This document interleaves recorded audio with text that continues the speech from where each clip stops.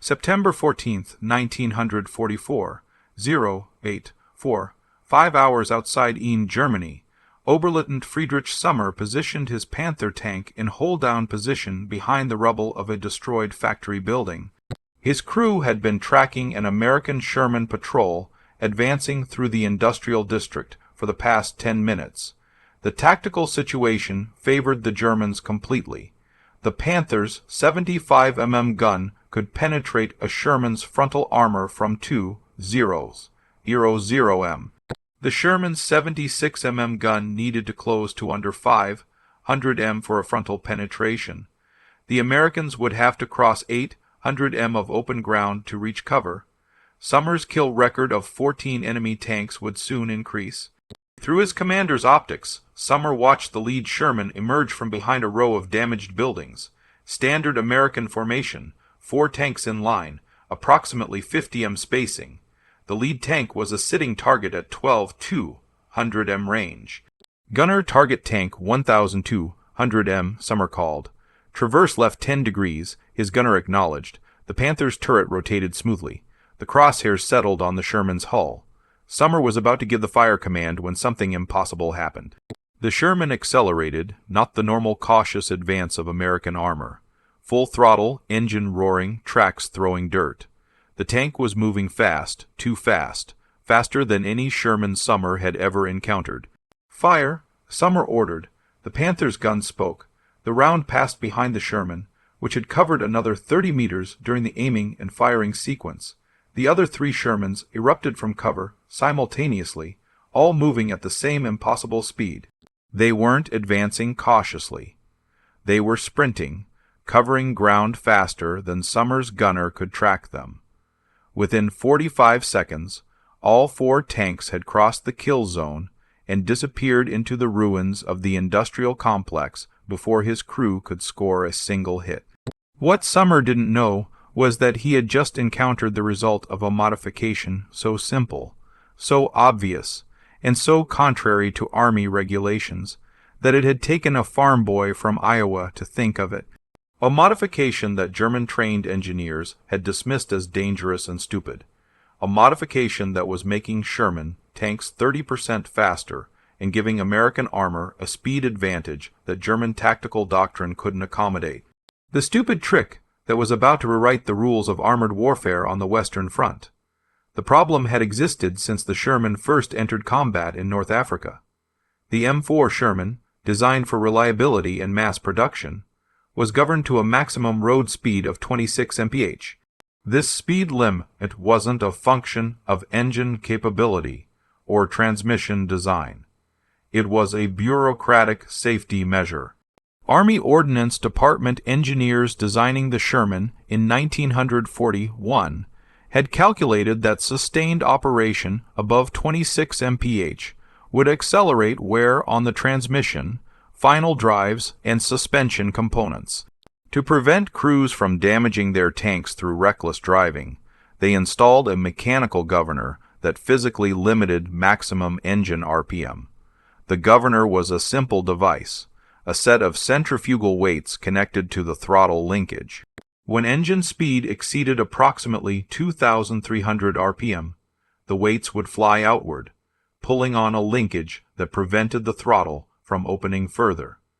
Maximum speed was thus limited regardless of how hard the driver pressed the accelerator. This made perfect sense to engineers concerned with maintenance schedules and spare parts consumption. But to tank crews facing German armor with higher top speeds and better acceleration, the governor was a death sentence. The German Panther tank could reach 30 mph on roads. The Tiger could hit 23 mph despite its massive weight. Both could accelerate faster than governed Shermans. In tactical situations where speed meant survival, American tankers found themselves in tanks deliberately handicapped by their own engineers. Lieutenant Robert Early, commanding a Sherman platoon with the 4th Armored Division, described the frustration in an August 1944 letter to his brother. "We've got good tanks with powerful engines, but we can't use that power because some engineer in Detroit decided we're too stupid to shift gears properly. Meanwhile, The Germans can outrun us when they want to retreat and catch us when they want to attack. It's like fighting with one hand tied behind your back. The breakthrough came from an unlikely source.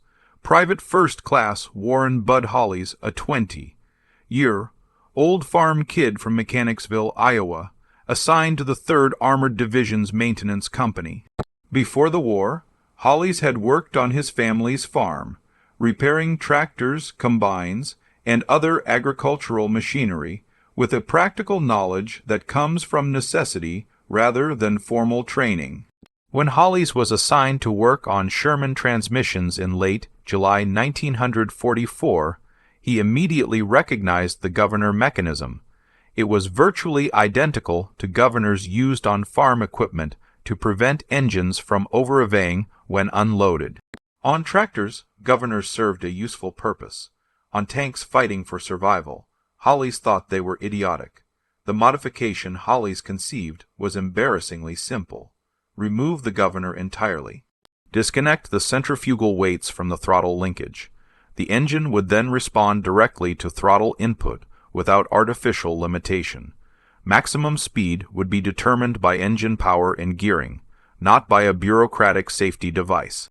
Hollies discussed the idea with his immediate superior, Sergeant First Class Michael Kowalski, a former auto mechanic from Detroit. Kowalski's response was immediate and negative. Can't do it, Hollies. The governor's there for a reason. You remove it. Drivers will over-rev the engine, burn out the transmission, and we'll have broken tanks all over France. The engineers knew what they were doing, but Hollies persisted. He pointed out that farm equipment ran for thousands of hours without governors. As long as operators understood their machinery, tank drivers were trained professionals, not idiots. They could learn to manage engine speed without mechanical limitations. More importantly, Hollies argued a tank that threw a track from excessive speed was still more survivable than a tank that got hit because it couldn't accelerate away from danger. Speed kills transmissions. German guns kill crews. He'd rather rebuild transmissions than write letters to mothers. Kowalski remained skeptical, but agreed to let Hollies modify a single Sherman as a test. They selected a tank that was already scheduled for transmission work. Hollies spent 45 minutes removing the governor assembly, disconnecting the linkage, and adjusting the throttle to respond directly to driver input. The test driver, Corporal James McDonald, took the modified Sherman out for evaluation. His after-action report dated August 3, 1944, was enthusiastic to the point of disbelief. Maximum speed achieved 34 mph on level road. Acceleration significantly improved. Time to reach 20 mph reduced from 18 seconds to 11 seconds. Handling normal, no unusual vibration or mechanical stress detected. Recommendation: immediate implementation across all division tanks. Kowalski was stunned. The modification had increased top speed by 30% and improved acceleration by almost 40%. These weren't marginal gains. This was a fundamental transformation of the Sherman's tactical mobility. But there was a problem. Removing the governor violated Army regulations. The modification hadn't been tested by Ordnance Department engineers. There were no technical manuals authorizing the change. No supply chain for replacement parts if something broke. Officially implementing the modification would require approval up the chain of command, testing, evaluation, and eventual authorization, a process that could take months. Sergeant Kowalski made a decision that would affect thousands of American tankers. He authorized Hollies to modify every Sherman in the maintenance company's queue, unofficially without paperwork, without reporting the change up the chain of command. If the modification worked, crews would live. If it didn't, he'd face court-martial. The choice was easy. Over the next week, Hollies and a team of mechanics removed governors from 47 Shermans. The modification took approximately 30 minutes per tank. No special tools required, no replacement parts needed. Just disconnect the governor linkage and adjust the throttle stops. Tank crews who received modified Shermans noticed the difference immediately. The tanks felt responsive, aggressive, powerful. They could accelerate like the governed vehicles never could. They could reach speeds that turned retreating Germans from pursuers into prey. Word spread through the 3rd Armored Division faster than official communications ever traveled. Tank commanders started requesting Hawley's modified Shermans specifically. Mechanics and other maintenance companies heard rumors about the speed increase and started asking questions. By late August, approximately 200 Shermans in the 3rd Armored Division had been degoverned without any official authorization or documentation. The modification existed in a gray area between field expedient improvement and direct violation of Army regulations. The situation reached crisis point when Major General Morris Rose, commanding the 3rd Armored Division, personally test drove a modified Sherman. Rose, an aggressive armor commander who valued speed and maneuver, immediately recognized the tactical implications. He also recognized the legal problem. His division was systematically violating Army regulations and manufacturer specifications, but the modification worked. It made his tanks faster, more survivable, and more effective. Rose made a command decision that demonstrated leadership over bureaucracy. He wouldn't officially authorize the modification that would require him to take responsibility for violating regulations, but he wouldn't prohibit it either. The modification would remain unofficial, spread by word of mouth, implemented by mechanics who understood that saving lives mattered more than following rules. Rose's guidance to his maintenance officers was deliberately vague. I expect our tanks to perform at maximum combat effectiveness. How you achieve that effectiveness is your professional judgment as maintenance personnel. This careful non-endorsement allowed the modification to spread while protecting Rose from direct responsibility. Within 2 weeks, nearly every Sherman in the 3rd Armored Division had been degoverned, and the modification was spreading to other units through the informal network of mechanics and maintenance personnel. By mid-September, approximately 1,000 American tanks in the European theater had been modified. The change was transforming tactical dynamics in ways that German commanders were only beginning to recognize. The first comprehensive German intelligence report on American tank speed modifications appeared on September 22, 1944. The assessment from Army Group B headquarters revealed complete confusion about what they were encountering. Recent engagements indicate American M4 tanks demonstrate significantly increased maximum velocity and acceleration capability. Estimated top speed now exceeds 30 mph, approaching Panther performance. This increase cannot be explained by known Sherman specifications. Possible explanations include new engine variant, transmission modification, or reduced combat loading. Intelligence personnel should attempt to examine captured vehicles for technical modifications. What the German report missed was the beautiful simplicity of the modification. They were looking for sophisticated engineering changes, engine upgrades, transmission improvements, advanced technology. The idea that American tankers had simply removed a governor mechanism seemed too crude to consider. Dear Hoffman, a technical intelligence officer with the 7th Army, examined a knocked-out Sherman near Metz in late September.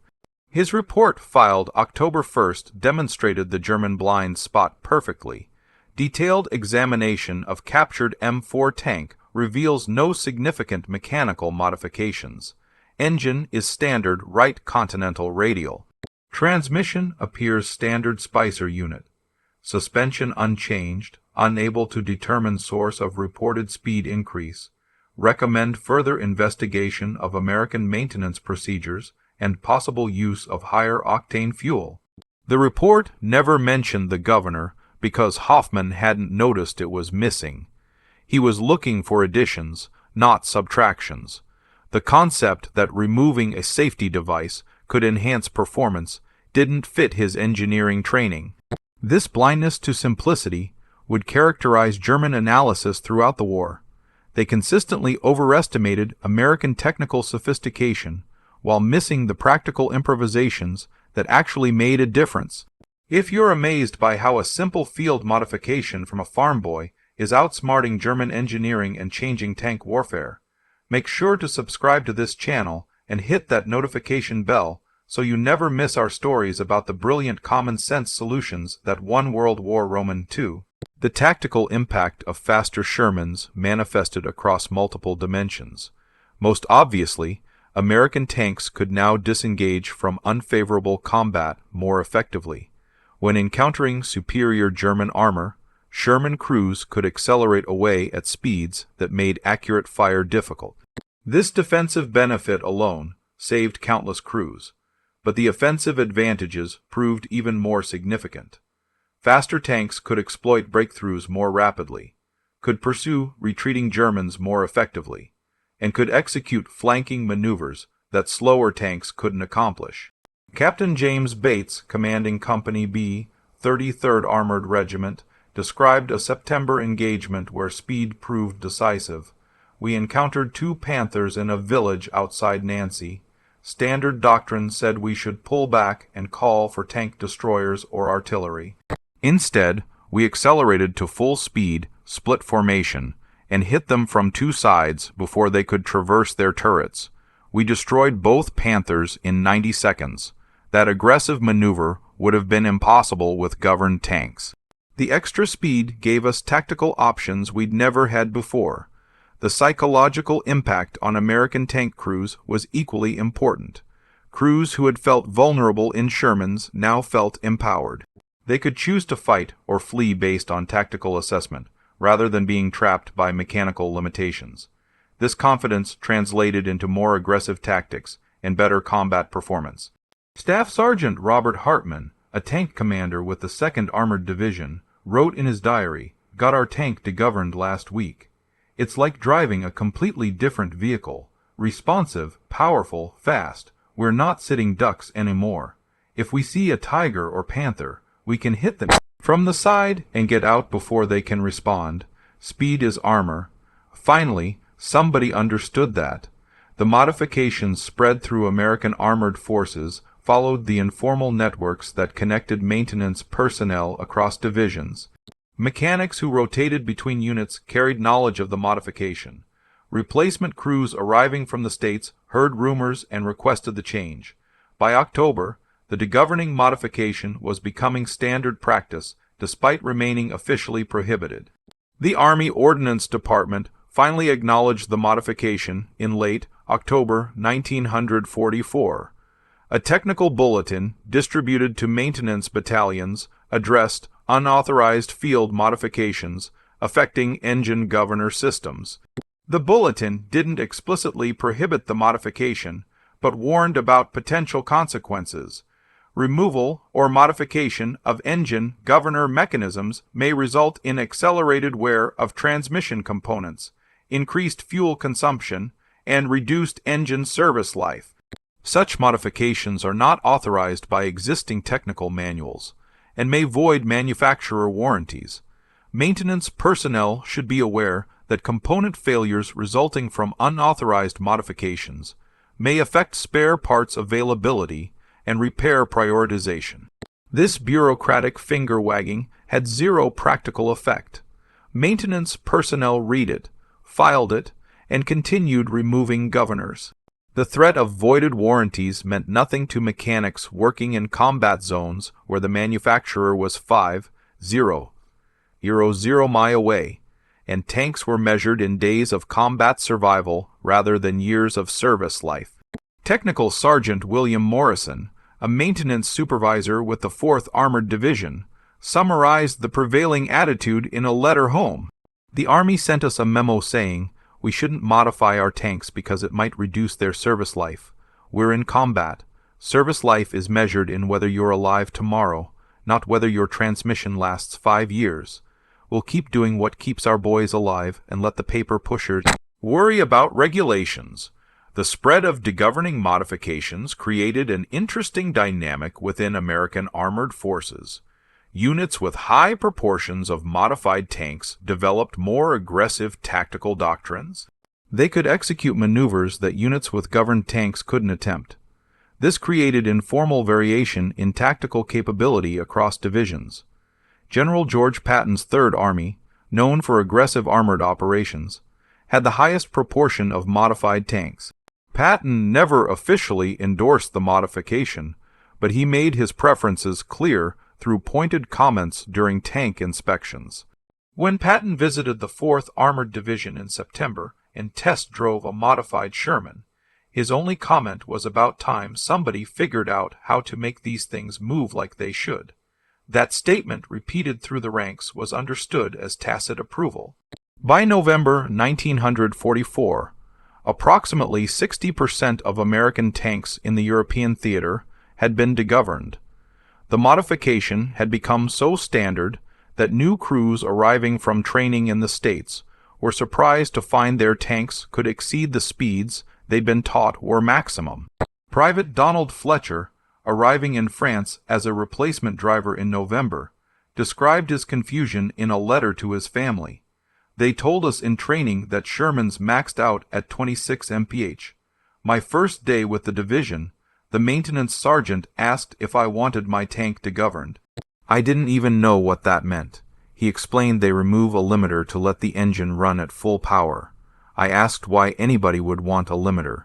He looked at me like I was an idiot and said exactly." The fuel consumption issue that Ordnance Department had warned about proved real but manageable. Degoverned tanks consumed approximately 15 to 20% more fuel when operated at high speeds, but American logistics could absorb this increase easily. The famous Red Ball Express and other supply operations were delivering fuel in such quantities that the additional consumption barely registered. German forces, by contrast, were suffering critical fuel shortages. Their tanks often sat immobilized, not from combat damage, but from empty fuel tanks. American tanks could afford to consume more fuel because American logistics could deliver more fuel. The Germans couldn't match this, so they couldn't adopt similar modifications, even if they'd thought of them. The transmission, where issue also proved less severe than predicted. Yes, transmissions in degoverned tanks required rebuilding more frequently, but American maintenance infrastructure could handle this easily. Replacement transmissions were available. Maintenance facilities could swap a transmission in 8 to 12 hours. The increased wear was a maintenance problem, not a combat effectiveness problem. Staff Sergeant Eugene Palmer, a transmission specialist with the 7th Armored Division, tracked maintenance data on modified versus unmodified tanks. His unofficial study, compiled in December 1944, showed interesting results. Degoverned tanks require transmission service every 800 m versus 0 m for governed tanks. This represents 20% increased maintenance requirement. However, combat loss rate for degoverned tanks is approximately 40% lower than governed tanks in comparable engagements. Conclusion: increased maintenance is acceptable trade-off for improved survivability. Palmer's analysis captured the essential truth. The modification traded mechanical longevity for tactical effectiveness. But in combat, tactical effectiveness kept crews alive, while mechanical longevity was a peacetime luxury. The Battle of the Bulge in December 1944 provided the ultimate test of the modification's value. German forces launching their last major offensive achieved initial success through surprise and concentration. American armored units had to respond rapidly, often moving long distances at high speed to reach threatened sectors. The 3rd Armored Division's movement to block German penetration near Hotten demonstrated the modification's strategic value. The division covered 85 mi in 18 hours, a rate of movement that would have been impossible with governed tanks. This rapid deployment helped contain the German advance at a critical moment. Major General Morris Rose, still commanding the 3rd Armored, noted in his division's after-action report, "The division's ability to execute rapid strategic movement was essential to mission success. Tank mechanical performance exceeded specifications and enabled tempo of operations not achievable with standard equipment configuration." This carefully worded statement acknowledged the degoverning modification without explicitly saying so. Rose was protecting his maintenance personnel while documenting that their unauthorized modifications had proven crucial to the division's effectiveness. German commanders facing American counterattacks during the Bulge noted the speed and agility of American armor with growing concern. Oberto-Rammer, commanding the Führer-Begleit Brigade, described an engagement near Bastonia in his situation report. American armored units demonstrate exceptional mobility. Enemy tanks execute rapid maneuvers and tactical repositioning at speeds exceeding our previous intelligence estimates. This mobility allows enemy to concentrate forces rapidly and exploit gaps in our defensive positions. Our Panthers and Tigers possess superior armor and firepower, but cannot match American operational tempo. Reamer's analysis was accurate. The Germans still built individual tanks that could win one-on-one engagements, but they couldn't match the operational speed that let American armor concentrate rapidly, strike decisively, and redeploy before German forces could respond. Subscribe now to discover more incredible stories of field innovation and simple solutions that defeated sophisticated German engineering. And hit that bell icon so you never miss our exploration of the practical genius that changed history.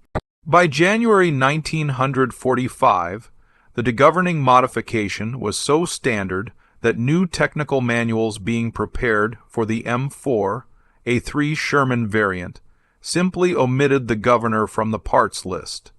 The Army had tacitly acknowledged that the field modification had become standard practice. This bureaucratic surrender came without formal announcement or policy change. The governor simply disappeared from official documentation. Replacement parts orders stopped, including governor assemblies. Maintenance training for new mechanics didn't mention governors. The modification that had started as an unauthorized field expedient had become the de facto standard without ever being officially authorized. Private First Class Bud Hollies, the farm boy from Iowa who started it all, was promoted to sergeant and awarded the Bronze Star for technical innovation contributing to combat effectiveness. The citation didn't specifically mention the governor modification, instead using vague language about mechanical improvements to armored vehicles. Hollies' response to the award was characteristically modest. In a March 1945 letter to his parents, he wrote, "Got a medal for removing a part that shouldn't have been there in the first place. Any farmer would have done the same thing. You can't put a governor on a machine that might need to run for its life. That's just common sense." This common sense, obvious to anyone with practical mechanical experience, but invisible to engineers trained in theory, had transformed American armor effectiveness. The modification cost nothing in materials, required minimal labor, and produced massive tactical benefits. It was the perfect field expedient. The total number of degoverned Shermans reached approximately 8,000 by war's end. This represented roughly 75% of all Shermans in the European theater. The remaining 25% were either in units that hadn't adopted the modification or were in rear areas where speed wasn't critical. The fuel consumption increased from 8,000 tanks running at higher speeds totaled approximately 1.6 million gallons monthly. This represented less than 2% of total fuel delivered to armored units. American logistics absorbed this increase without strain. The transmission replacement rate increased by approximately 20%, requiring an additional 1,600 transmission replacements monthly. American supply chains delivered these transmissions without difficulty. The modification created maintenance work, but American maintenance infrastructure could handle the work easily. The combat effectiveness gain was harder to quantify, but clearly significant. Tank commanders consistently reported that degoverned tanks enabled tactical maneuvers impossible with governed vehicles. Units with high proportions of modified tanks achieved better kill-to-loss ratios and completed objectives faster than units with standard tanks. A comprehensive analysis by the Army's Armored Board in April 1945 attempted to measure the modification's impact. They compared combat performance of units with different proportions of modified tanks, controlling for other variables like crew experience and opposition strength. Their conclusion: units with greater than 75% degoverned tanks demonstrate approximately 35% faster completion of movement objectives, 28% lower loss rates in meeting engagements, and 42% higher success rate in pursuit operations. The modification provides measurable combat advantage with acceptable maintenance cost increase. These numbers vindicated Bud Holly's and the thousands of mechanics who had removed governors despite regulations. The stupid farm boy trick had proven smarter than Army engineering. German Post, War Analysis of American Tank Performance, identified speed and operational tempo as major factors in Allied success. But German reports rarely connected this speed to the simple governor removal. They attributed American mobility to superior logistics, better training, or higher octane fuel. The idea that Americans had simply removed a safety device never occurred to most German analysts. This blindness reflected a fundamental difference in military culture. The German military valued precision, regulation, and adherence to design specifications. The American military valued results and was willing to modify equipment to achieve them. General Major Hasso von Manteuffel, who commanded 5th Panzer Army during the Bulge, came closest to understanding the difference in his post. War Memoir. The Americans approached warfare like they approached industry. If something didn't work optimally, they changed it. They didn't wait for authorization or follow regulations that made no sense. Their mechanics and soldiers had authority to modify equipment based on combat experience. This flexibility gave them advantages we couldn't match despite our superior engineering. The post, or disposition of the degoverning modification, was anticlimactic. With the war ending, most Shermans were either scrapped, sold to Allied nations, or placed in long-term storage. The governors were never reinstalled. The modification that had been unauthorized in 1944 was simply accepted as standard by 1945. New American tanks designed in the late 1940s incorporated lessons from the governor modification. The M26 Persing and later M46 Patton tanks were designed without governors. Engineers had learned that professional operators could manage their machinery without mechanical limitations. This represented a philosophical shift in American armor design. Pre-war designers had assumed soldiers needed protection from their own potential mistakes. Post-war designers assumed soldiers could be trusted to operate their equipment properly. The change reflected hard lessons learned in combat. Modern American armor continues this philosophy. The M1 Abrams tank has no governor limiting its speed. Crews are trained to understand their vehicle's capabilities and limitations without mechanical restrictions. This trust in operator judgment came directly from the Sherman degoverning experience. The fuel consumption and maintenance concerns that Ordnance Department engineers had warned about proved real but manageable. The predicted catastrophic transmission failures never materialized because tank drivers, despite engineers' fears, weren't idiots. They learned to operate their vehicles properly without governors forcing compliance. This outcome validated Bud Holly's original argument. Trained operators could manage machinery better than automated limiters. Common sense and practical experience beat theoretical engineering. The cultural lesson extended beyond armor warfare. The degoverning modification demonstrated that users often understand their equipment's real requirements better than distant designers. That field experience can identify improvements invisible to theoretical analysis, that simple solutions can outperform complex engineering. American military culture absorbed these lessons. Post-war doctrine emphasized field modification, user feedback, and rapid implementation of proven improvements.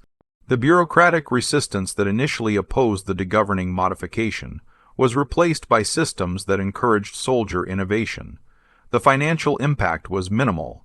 The modification cost essentially nothing in materials, since it involved removing parts rather than adding them. Labor cost was approximately 30 minutes per tank. Total program cost for 8,000 modifications was approximately 4,000 man-hours, equivalent to $12,000 in labor. The return on this $12,000 investment included faster completion of tactical objectives, reduced combat losses, and improved crew morale. No formal cost-benefit analysis was ever conducted, but the return was clearly massive. The human story behind the innovation centers on Bud Hollies, but thousands of mechanics deserve credit. Every maintenance sergeant who authorized the modification despite regulations. Every crew chief who requested the change. Every division commander who looked the other way. They collectively decided that saving lives mattered more than following rules. Sergeant Michael Kowalski, who authorized Hollies to perform the first modifications, was never punished for violating regulations. Instead, he received the Legion of Merit for outstanding technical leadership, contributing to combat effectiveness. His willingness to take responsibility for unauthorized modifications had saved lives and enhanced American combat power. The tank crews who benefited from faster Shermans rarely knew Bud Hollies' name, but they understood that somebody somewhere had cared enough about their survival to fix a stupid limitation on their tanks. That unnamed somebody willing to violate regulations to help soldiers he'd never meet embodied the best of American military culture. The comparison between the degoverning modification and German engineering culture reveals fundamental differences in military philosophy. German forces valued precision and adherence to specifications. American forces valued effectiveness and results. When these philosophies conflicted, results won. German tanks were built to exact specifications and operated according to detailed manuals. Modifications required authorization from engineering bureaus. Field expedients were discouraged. This approach ensured consistency but prevented rapid improvement. American tanks were modified freely by mechanics who prioritized combat effectiveness over regulatory compliance. Good ideas spread informally. Improvements were implemented without waiting for authorization. This approach created inconsistency but enabled rapid adaptation. In warfare, adaptation beat consistency. The side that could identify and implement improvements faster gained decisive advantage. The degoverning modification proved this principle conclusively. The strategic impact of faster American tanks extended beyond individual engagements. The ability to move rapidly allowed American forces to maintain operational tempo that German forces couldn't match. Rapid advances, quick exploitation of breakthroughs, and aggressive pursuit of retreating Germans all benefited from increased tank speed. This operational tempo wore down German forces even when individual battles were indecisive. American units could fight, reposition, and fight again faster than German units could respond. Cumulative effect was German forces constantly reacting to American initiatives rather than executing their own plans. General Dwight Eisenhower's broad front strategy depended on maintaining pressure across the entire line. Faster tanks made this strategy more effective by allowing rapid concentration at threatened points and quick exploitation of opportunities. The degoverning modification was a small technical change that enabled operational level effects. The final accounting shows that Bud Hollies' simple idea, removing a governor that shouldn't have been there in the first place, provided massive tactical and operational advantages at essentially zero cost. It saved lives, improved combat effectiveness, and demonstrated that common sense could outperform engineering theory. The stupid farm boy trick wasn't stupid. It was genius disguised as simplicity. It was the recognition that mechanical limitations designed for peacetime reliability made no sense in combat where survival mattered more than longevity. It was practical wisdom defeating theoretical engineering. German engineers, trained in sophisticated analysis and precision design, never considered that Americans might simply remove safety devices to enhance performance. This blindness reflected their assumption that complex problems required complex solutions. The Americans proved that sometimes complex problems have simple solutions, if you're willing to question the assumptions behind existing limitations. Private First Class Bud Hollis, farm boy from Iowa, had outsmarted the Army Ordnance Department and confused German intelligence by removing a part that never should have been installed. His modification made Sherman tanks 30% faster overnight, and gave American armor a speed advantage that German forces couldn't counter. The governors that limited Sherman performance sat in scrap heaps across France and Germany. The tanks they'd limited roamed freely at speeds engineers had declared dangerous, but crews knew were necessary. The stupid trick had worked perfectly. And those faster Shermans, freed from bureaucratic limitations by a farm boy with a wrench and common sense, carried American forces across France, through the Bulge, across the Rhine, and all the way to victory in Germany itself. The lesson echoed through decades of American military development. Trust your soldiers, enable field innovation, and never let regulations prevent improvements that save lives. Bud Hollis had taught that lesson using a wrench, 30 minutes of work, and the simple recognition that governors belong on tractors, not tanks, fighting for survival. The farm boy's stupid trick had proven smarter than all the engineering degrees in Detroit. And American tankers who survived the war, because their tanks could outrun German guns, owed their lives to a modification so simple, so obvious, and so contrary to regulations that it took a farmer's son to think of it.